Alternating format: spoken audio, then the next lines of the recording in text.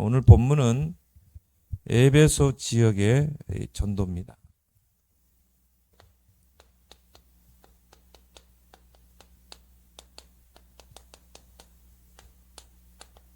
다 읽지 않았지만 사도행전 19장 8절에서 20절이죠. 바울은 어느 지역에 들어가서 전도를 펼 때 그냥 무작위로 그렇게 전도하지 않고 반드시 전도를 세팅하고 들어갔어요. 그 말은 뭐죠? 완벽한 준비를 하고 그리고 기도 속에서 들어갔다는 것입니다. 우리가 이런 것들이 좀 필요하죠. 그래서 우리가 뭐 캠프 무용론 이런 것들이 나오는 게 뭐냐면은 이런 세팅이 되지 않고 들어가서 캠프하기 때문인 것입니다.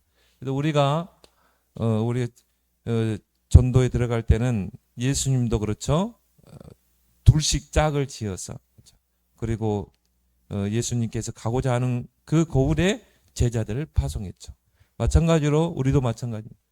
우리가 전도에 대한 이런 세팅이 된 상태에서 우리가 현장에 들어가서 전도하고 캠프하고 이렇게 해야 돼요. 거기에 성령이 역사하는 거죠.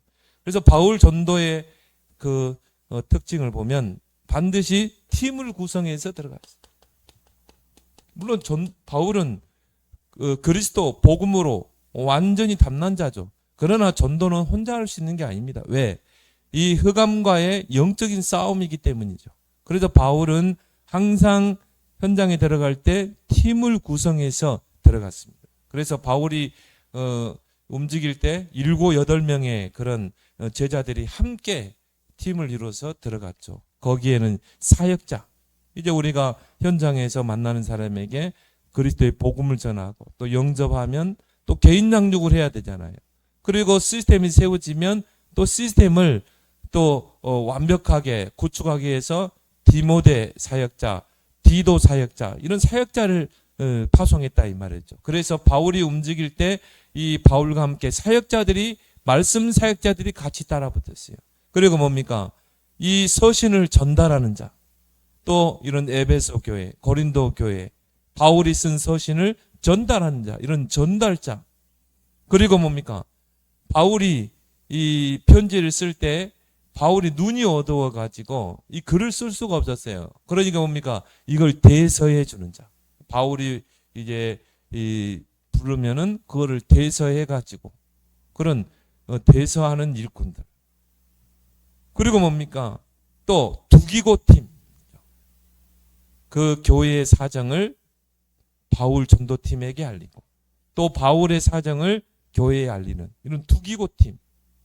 그리고 이 바울이 전도하다가 몸이 허약했기 몸이 또 병나면 치유할 수 있는 주치의, 이런 팀들이 한 팀을 딱 이루어서 이 함께 전도 사역을 들어간 것입니다.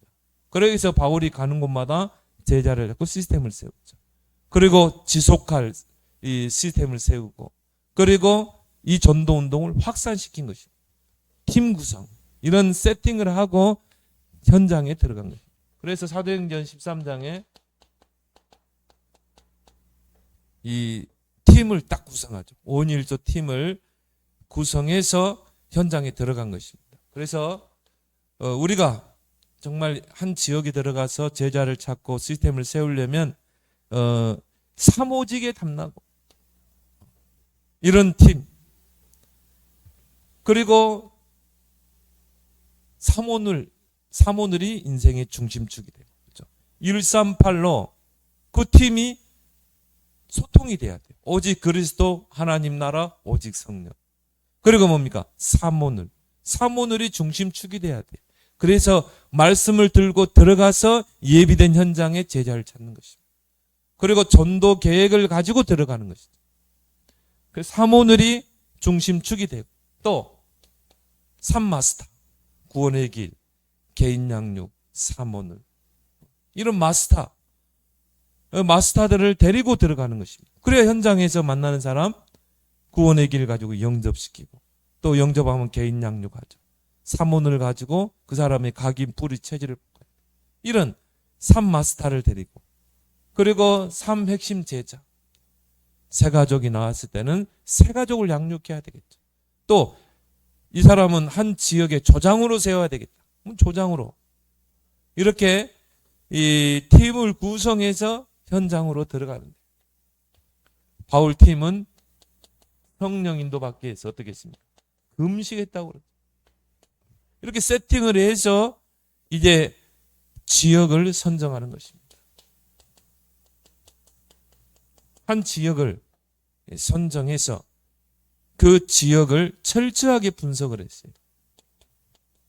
그래서 이 지역의 인구는 어떻게 되고 또 이 지역의 대표적인 종교는 뭔가 또 이 지역의 대표적인 흑암이 뭔가 이런 것들을 세밀하게 구체적으로 분석하고 들어가는 것입니다. 에베소 지역도 마찬가지죠. 바울이 에베소에 들어갈 때 그냥 들어가지 않았겠죠.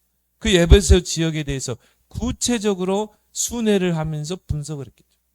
이 지역에는 아데미 여신 숭배, 이 아데미 신을 섬기는 그런 신전이구나. 그러면 그 큰 신전이요. 그 에베소 전 지역의 문화를 장악하고 있는 것이죠.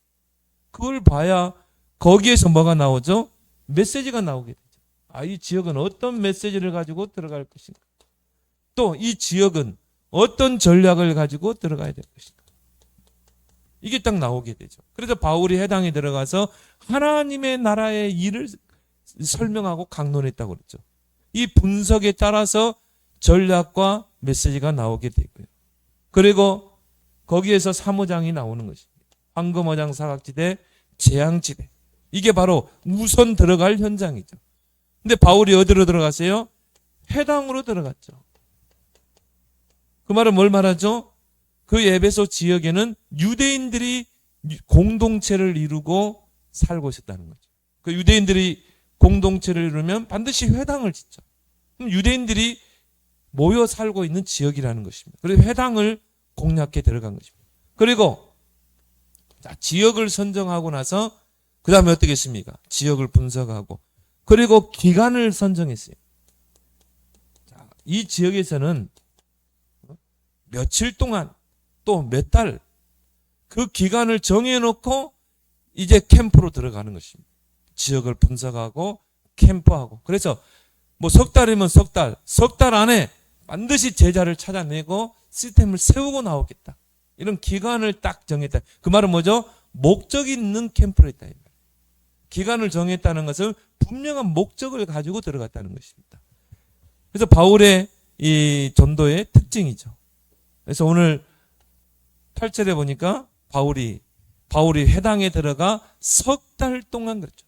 담대히 하나님의 나라에 관하여 강론하며 권면하다. 그래서 석 달 동안 이 회당에서 그리스도를 선포해서 복음을 증거해서 여기서 제자를 찾겠다는 것입니다. 이런 분명한 목표를 가지고 목적을 가지고 캠프했다는 거예요. 8절에 보니까 그리고 오늘 10절에 보면 또 뭐라 나왔습니까? 자, 그 중에서 복음을 비방하는 사람이 나왔고 복음을 다시 듣겠다는 사람이 나왔어요. 제자들이 나왔다. 그래서 바울이 그 제자들을 두란노 서원에서 오늘 10절에 보니까 2해 동안 이같이 하네. 2해 동안 하나님의 나라에 대해서 강론했다. 자, 이렇게 2년 동안 기간을 정해서 2년이면 굉장히 긴 시간이죠. 그러니까 아마 전도학교 아니면 전도신학원을 했겠죠. 그래서 우리가 초창기 때 전도신학원이 2년이었잖아요. 2년 기간으로 했거든요. 이걸 이제 모토로 삼아서 한 거죠. 그래서 2년 동안에 정말 복음을 이해하고 전도를 이해하고 성경적인 전도 20가지를 이해한 전도 제자를 세워 파송하겠다는 거예요. 그래서 두란노 소원에서 2년 동안 이제 집중적으로 전도했는데 어떤 역사가 일어났어요? 오늘 아시아에 있는 사람들은 다 주의 복음을 오늘 10절에 나오죠. 2해 동안 이같이 하니 아시아에 사는 자는 유대인이나 헬라이나 다 주의 말씀을 듣다. 그런 목표를 두고 기간을 정한 것입니다. 그리고 이제 두란노 전략을 세운 것입니다. 분명한 목적을 두고 이 전도 운동을 하는 거예요. 제자를 세워서 시스템을 세우고, 자, 제자가 세워지면 시스템이 세워지죠. 그렇게 해서 전체가 다 복음을 듣게 할 것이다. 이런 목표를 두고 세팅을 해서 계획을 세워서 들어간 것입니다. 우리가 이제 앞으로 우리 교회에서 이런 응답들을 우리가 받아야 할 줄 믿습니다. 이걸 가지고 이제 우리가 그동안 구원의 길, 개인 양육, 사문을 그걸 계속 훈련하는 거예요. 그래서 여러분들이 이 세 가지는요, 지속적으로 훈련이 돼야 돼요.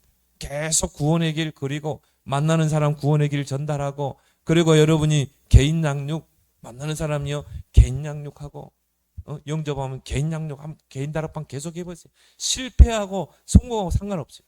나를 확립하는 것입니다. 내가 이 사람을 양육하죠. 이 사람을 양육하는 것도 있지만 내가 치유되고 내가 바뀌고 내가 세워지는 사역자. 그리고 사모를 가지고 계속 여러분 자신의 각인 뿌리 체질을 바꾸는 거예요. 여러분의 모든 체질이 말씀, 기도, 전도 중심. 그래서 말씀 성취, 기도 응답, 전도의 역사를 체험해야 돼요.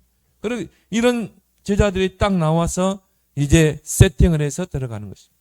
그렇게 해서 우리가 이제 전도학교 전략을 잘 볼 수 있어야, 우리 노예에도 지금 이런 캠프 전도학교를 하는데요. 이 전도학교의 의미는요, 이 임시적인 거지 이렇게 길게 하는 게 아니에요. 이제 그냥 노예에서 그냥 소통의 장으로 있는 거지, 짧은 기간 동안에 이 전도학교를 열어서 뭐 자체 교회 전도학교를든지 아니면 어느 지역에서 이 예배소라는 지역을 넣고 전도학교를 하든지, 거기 전도학교에서 뭘 합니까? 복음 이해, 전도 이해, 그리고 제자를 이해시키는, 빨리 그래가지고 확산시키는 게 목적이지 길게 시간을 두는 건 아닙니다. 그래서 바울이 이 전도학교 전략을 쳤다. 첫 번째 뭡니까? 회당 전략을 썼죠. 회당 전략은 뭡니까? 결국은 하나님이 예비된 제자를 찾기 위한 목적. 그래서 에베소 지역에는 유대인들이 많이 있는 지역이에요.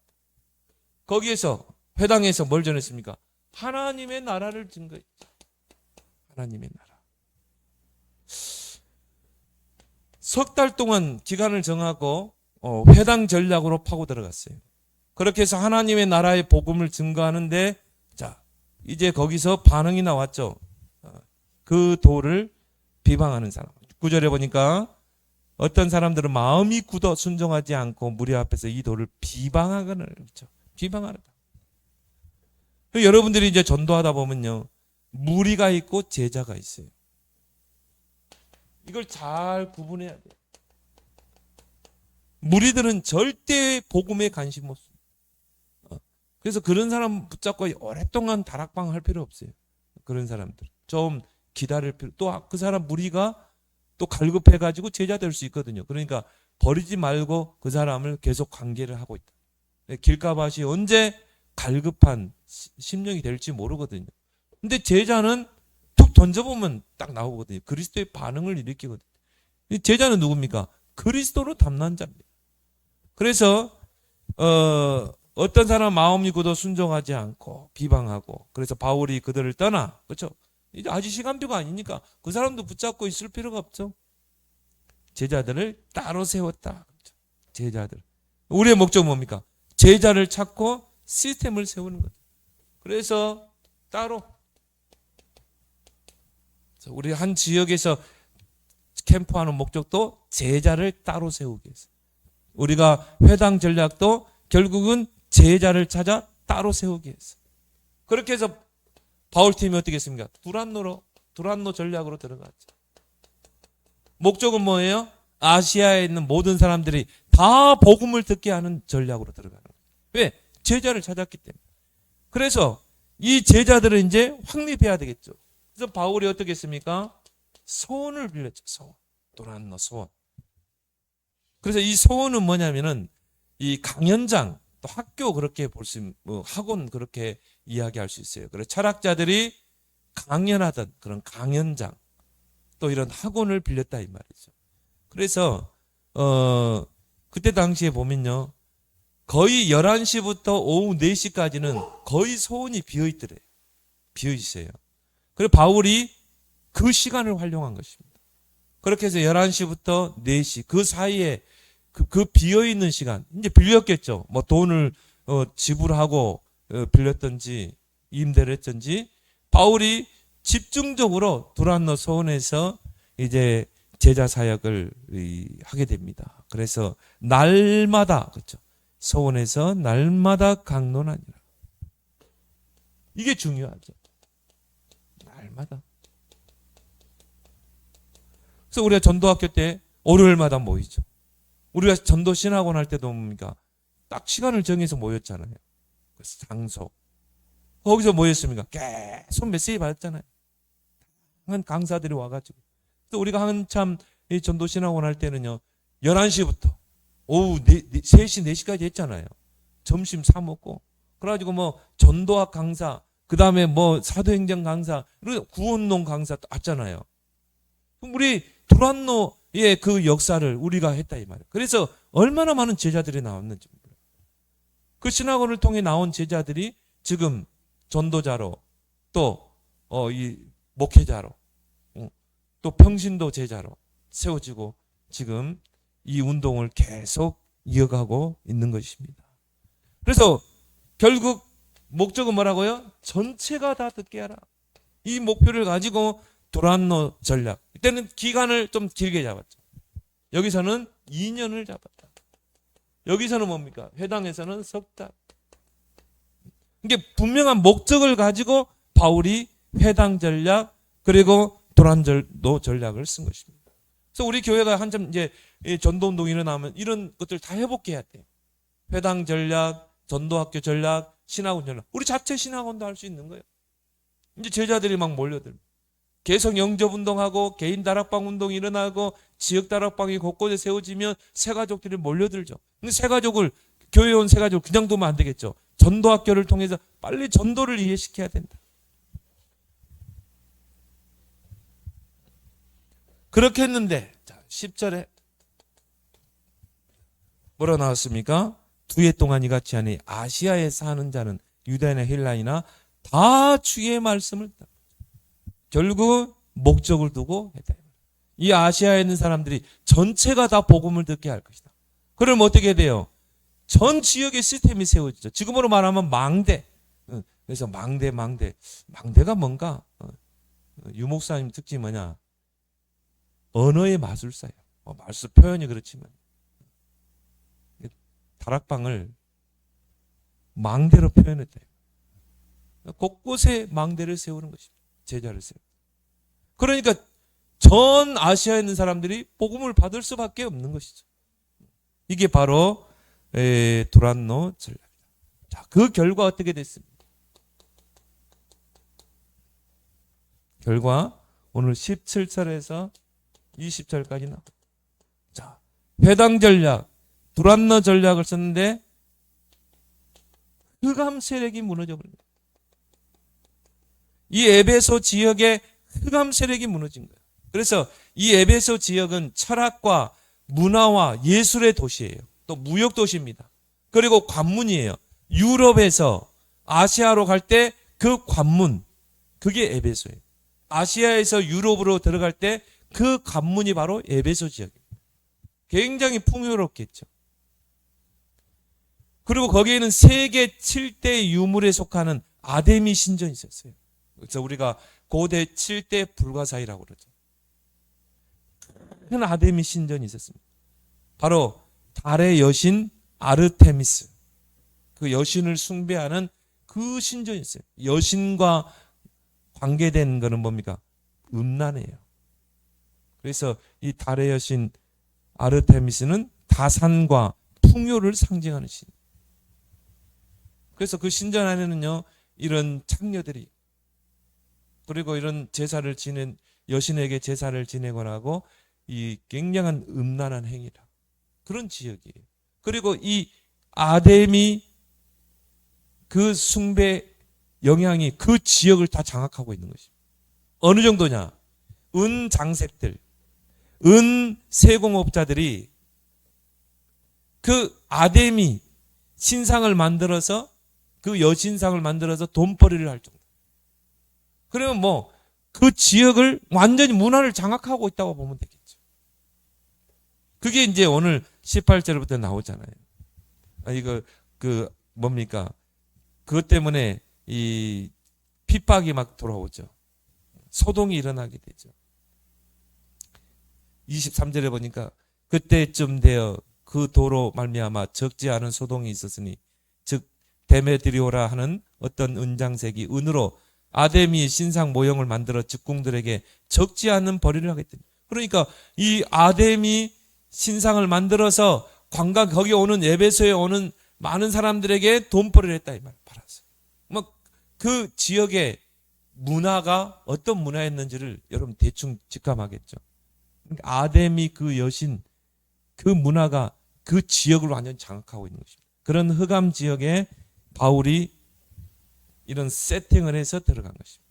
그리고 전략을 가지고 들어간 것입니다. 그래서 이 전도 캠프에 또 전도의 가장 그런 모델적인 케이스가 바로 이 에베소 전도입니다. 그렇게 해서 이 지역의 모든 흑암이 이제 완전히 무너지는 역사. 그래서 오늘 19절에 보니까요. 19절에 18절에 보니까 믿는 사람들이 많이 와서 자복하여 행한 일을 알리고 또 마술을 행하던 사람들이 책을 모아 가지고 와서 모든 사람 앞에서 불사르니 그 책값을 계산한 즉 은이 5만이나 되더라. 자, 여러분 은 5만. 그때 당시에 은 5만이면요. 어마어마한 돈. 그래서 어떤 분이 그거를 계산해 놨더라고요. 당시에 은 한 개가 노동자 하루 품삯이었대요. 은 한 개가. 근데 그 은이 몇 개라고 그랬어요? 5만이나 돼요. 자, 은 한 개가 노동자 하루의 품삯이었어요. 그러면 노동자 5만 명의 품삯이었다 이 말이에요. 은 5만이. 그러면 오늘날 우리나라 노동자 하루 품삯이 얼마입니까? 한 10만 원 잡고 10만 원. 10만 원으로 잡아서 계산하면 무려 얼마예요? 50억. 그 사람들이 마술을 행하던 사람 책자를 불태우고 그 다음에 그 은으로 만든 그 신상 아데미 신상 그거를 다 모았는데 그게 얼마라고요? 50억. 그 말은 뭘 말합니까? 우상 숭배하던 사람들이 다 회개하고 그런 우상을 다 버리고 하나님께로 돌아온 것입니다. 그런데 오늘 20절에 뭐라 나왔어요? 이와 같이 주의 말씀이 힘이 있어 흥황하여 세력을 얻어. 복음이 세력을 얻어버린 것입니다. 왜? 지역의 흑암이 무너져 버립니다. 많은 사람들이 복음을 받고 회개 운동이 일어난 거예요. 그 운동이 뭐라고요? 두란노 운동. 여기서 2년 동안 제자들을 파송해서 전 아시아 지역으로 파송해 버렸어요. 거기서 뭐 했겠어요? 다락방 운동, 미션홈 운동, 지교 운동, 캠프 운동 했겠죠. 영접 운동, 개인 양육. 그런데 많은 사람들이 자복하고 우상을 버리고 은신상을 버리고 하나님께로 돌아오는 역사. 그러니까 주의 말씀이 힘이 있어 흥하여 세력을 얻는. 완전히 지역에 뭡니까? 문화권을 장악해버린 것입니다. 그 아데미 여신 문화가 우상숭배 문화가 지역을 완전히 장악해가지고 매년 5월 달이 되면은 그 아데미 여신을 위하여 큰 제사를 드립니다. 큰 제사를 드리는데요. 거기서 막 완전히 음란한 행위가 이루어집니다. 흑암이 완전히 강한 지역. 아마도 이 지역에 1년에 한 번씩 도당제 지내잖아요. 전국의 유명한 무당들 불러서. 그런 거와 똑같아요. 그리고 지역을 완전히 장악하는 거란 말이죠. 그래서 우리는 이 지역의 그 제사 문화를 꼭 기도해야 돼요. 그 사람들이 구다고 뭐합니까? 이 지역 돌면서요. 계속 구답니다. 은행나무 앞에서 막걸리 붓고 거기서 구다고. 그래서 그때는 제가 교회에 있거든요. 왜? 영적인 싸움을 싸워야 돼요. 흑암을 꺾어야 되겠다. 문화권 장악. 그리고 어떤 역사가 일어났어요? 완전히 지역을 복음으로 장악해버립니다. 우리가 전도하는 이유, 다락방 운동하는 이유, 캠프하는 이유가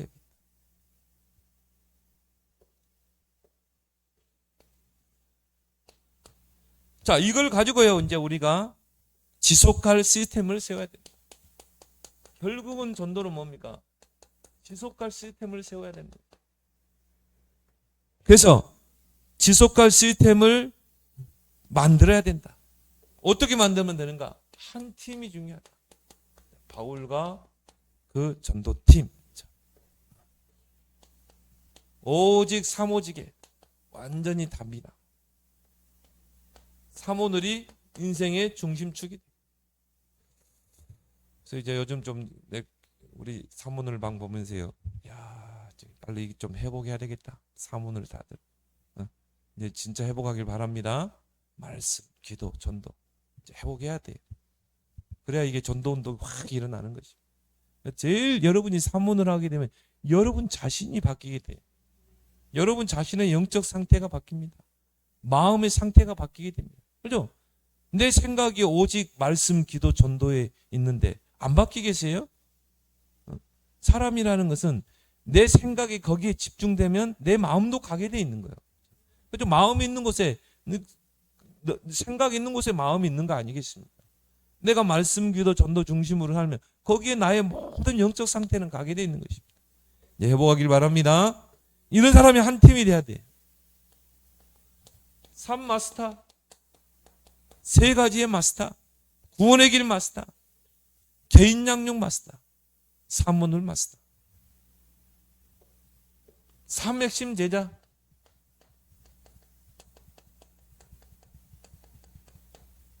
정말 새 가족을 양육해 세울 수 있는 자. 또 뭡니까? 메신저. 메신저는 메시지를 끼고 있어야 되겠죠. 예수 생명, 예수 능력, 복음 편지, 새 생명, 현장 복음 딱 끼고 있는 거예요. 이런 말씀 사역자, 새 가족 양육자, 한 지역을 책임질 자.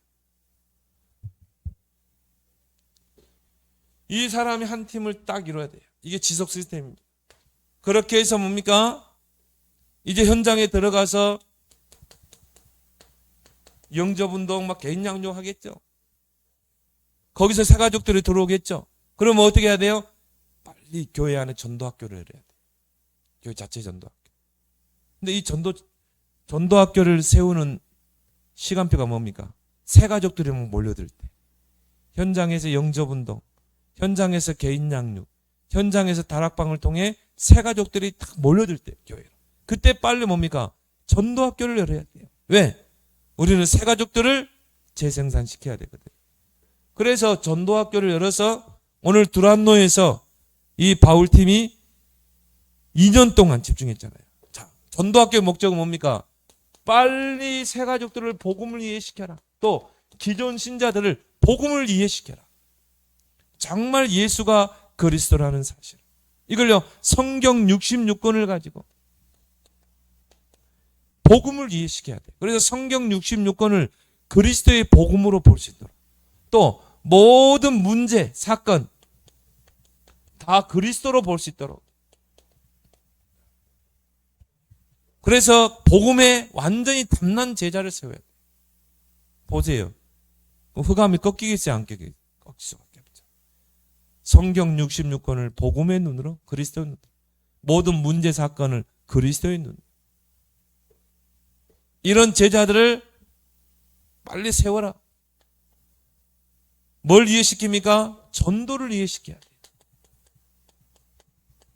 그래서 기존 신자들이요, 전도에 대해서 부담을 가지고 있는 거예요. 전도는 정말 축복 중에 축복이요, 전도는 종합적인 축복이잖아요. 복음은 모든 것이요, 전도는 모든 것을 포함하고 있는 것이다. 너희는 먼저 그 나라와 그를 구하라. 모든 것을 너에게 달라. 이 속에 모든 게 다 있어요. 전도를 이해시켜야 되겠죠. 예수님 마가복음 3장에 전도를 정의를 내리기를, 내가 너희를 부른 것은 함께 있게 합니다. 먼저 여러분이 전도자로 살려면 구원의 은혜를 누려야 돼. 내가 구원의 은혜를 알고 구원의 길을 누려야 된다. 그 사람이 있는 현장에서 구원의 길을 누리면 다른 사람이 보게 돼 있어요. 아, 저 사람 정말 하나님의 자녀인데 뭔가 있구나. 그런 사람이, 다른 사람이 보게 돼 있다. 그게 전도죠. 그래서 내가 너희를 부른 것은 함께 있게 하며, 구원의 은혜를 누리면 또 보내사 전도도 합니다. 다른 사람이 보게 돼 있다. 그러면 그 사람이 진짜 문제 있을 때는 누구에게 오겠어요? 나에게 오죠. 그때 증인으로 서는 것입니다. 전도. 근데 나를 만나는 사람, 내가 있는 처 현장에 흑암이 완전히 사로잡고 있어. 그래서 귀신을 내어쫓는 권세도 있게 하라. 전도를 이해시켜야 합니다. 특히 성경적인 전도를 이해시켜야 합니다. 이게 제자죠. 이런 제자를 빨리 키워서 파송하는 게 전도학교다. 그리고 뭘? 제자를 이해시켜야 한다. 제자는 누군가? 그리스도를 따라가는 자다. 나를 따라오너라. 내가 너로 사람을 낚는 너가 되리라. 그리스도를 따라가는 자가 제자다. 그리고 뭡니까? 베드로가 주는 그리스도시요 살아계신 하나님의 아들이십니다. 정확하게 그리스도를 알고 고백할 수 있는 자.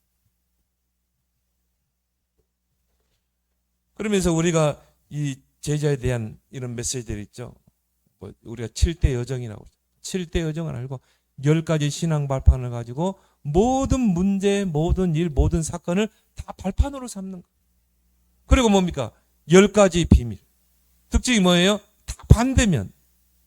황무지. 그렇잖아요. 그 속에 nobody. 아무도 가지 않는 nothing. 근데 우리는요. 그 문제 반대면에 축복이 있거든요. 거꾸로 봐야 되거든요. 그러면 유대인들 요셉이 노예로 팔려갔다. 그게 망한 겁니까? 아니죠. 최고 축복된 길로 가는 거예요. 그래서 모든 문제를 볼 때, 사건을 볼 때 반대면을 보고 뒷면을 보고 거꾸로 볼 수도 있어야 돼요. 때로는 황무지 속에 하나님의 축복이. 그게 10가지 비밀 아닙니까? 5가지 확신. 그리고 20가지 전략. 9가지 흐름 가지고 모든 사람과 다 살리는 사람. 그리고 교회, 예배의 축복. 바로 보좌의 그림자라고 하죠. 이런 7대 여정. 이걸 이해하는 제자. 여러분이 우리 교회 홈페이지에 잘 나와 있어요. 전도자도 이번 핵심에 그런 이야기 있잖아요. 그 7대 여정을 한 개씩 가지고 있대요. 한 개씩. 예를 들어서 여러분이 신앙 발판 10가지. 한 개씩 하나님의 절대주권. 그리고 하나님의 방법. 여러분 홈페이지 가세요. 오늘 나는 하나님의 주권에 대해서 묵상할 것이다. 그걸 놓고 기도할 것이다. 제자를 이해시켜. 이게 전도학교입니다. 그렇게 해서 막 현장에서 막 이 전도학교를 통해 세워진 제자들이 현장에 들어가서 말씀 운동을 펴고 생명 운동을 펴는데 막 생명 운동이 일어나요. 그럼 이 사람들은요, 이제 뭡니까? 더 다른 이 응답 속으로, 이 흐름 속으로 들어가게 하는 게 전도 신학원이죠.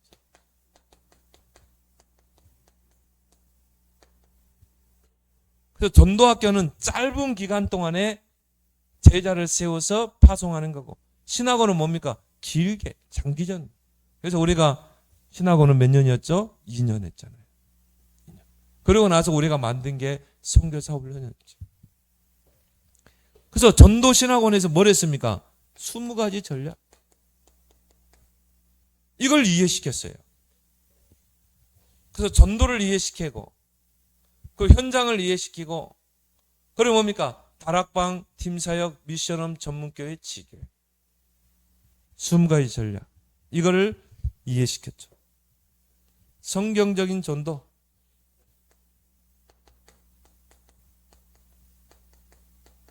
자, 주님의 전도죠. 마태복음 28장 16절 20절.